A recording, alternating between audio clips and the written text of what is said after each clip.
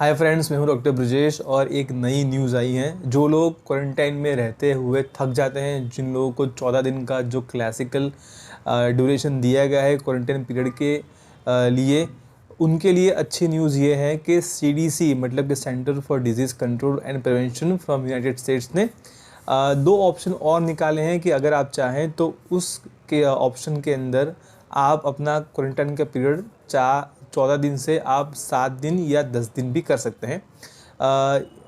उनके जो डेटा है, उनके जो रिसर्च है, उनके बेस में उन्होंने देखा गया है कि अगर कुछ किस्सों में, जैसे कि मान लीजिए कि जो 7 डेज़ का जो क्वारंटाइन पीरियड है, वहाँ पे ये बोलते हैं कि अगर आप कोविड टेस्ट नेगेटिव हैं और अगर आपको कोई सिम्टम्स नहीं हैं तो आप अपना क्वारंटाइन पीरियड 7 डेज़ तक रख सकते हैं। उसके बाद आप अपने घर में या घर के बाहर लोगों को मिल सकते हैं। दूसरा है पीरियड आपका 10 डेज़ का, कि अगर आपका कोविड टेस्ट आपने अभी तक नहीं करवाया है और आपको कोई सिम्टम्स नहीं है और आपके 10 दिन हो चुके हैं तो भी आप अपना क्वारंटाइन का टाइम वहाँ पे एंड कर सकते हैं। You can end your quarantine period. So these are the two options, one is 7 days and one is 10 days. अब ये इन लोगों ने कुछ रिसर्च और डेटा निकाला है जहाँ पे देखा है कि ये लोग भी अगर 7 डेज़ या 10 डेज़ में अगर क्वारंटाइन का टाइम कम कर देते हैं तो उनका जो रिस्क है वो कुछ ज़्यादा बढ़ नहीं जाता है। पर इससे इकोनॉमी को, फाइनेंस को और पर्सनली जो लोग परेशान हो जाते हैं इतने लंबे टाइम क्वारंटाइन पीरियड के अंदर, तो उनको यहाँ राहत मिल सकती है। अब ये दी तो गई है लेकिन यहाँ पे कुछ प्रॉब्लम्स भी है। कुछ लोग कहेंगे कि अगर आप क्वारंटाइन का टाइम कम कर देंगे तो फिर इन्फेक्शन बढ़ने के चांसेस बढ़ जाते हैं। बात सही है।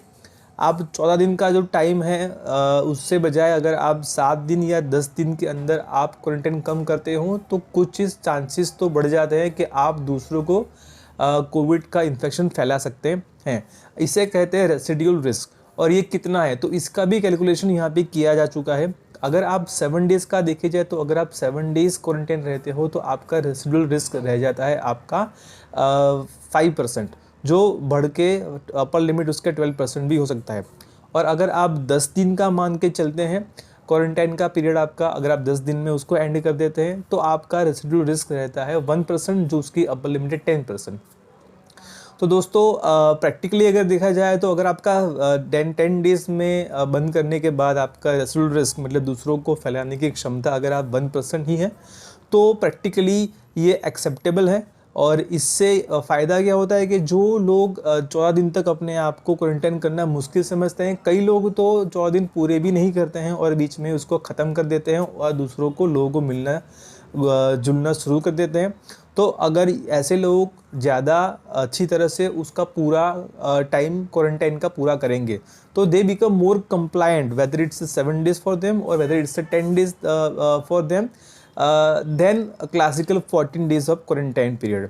और नंबर 2 चीज़, जिन लोगों को तकलीफ नहीं है और उनका रिस्क इतना एक्सेप्टेबल है कि वो बाहर घुल मिल सकते हैं या जा सकते हैं या अपना बिजनेस कर सकते हैं, तो उनके लिए भी ये बहुत ही अच्छा है कि वो लोग बाहर जाएं और अपना जो भी पर्सनल काम है, अपना जो भी बिजनेस का काम है वो भी कर सके, ताकि इकोनॉमी को भी वेग मिले और इन्फेक्शन ज़्यादा फैले नहीं। तो इसीलिए ये काफ़ी इम्पॉर्टेंट अनाउंसमेंट है सबके लिए।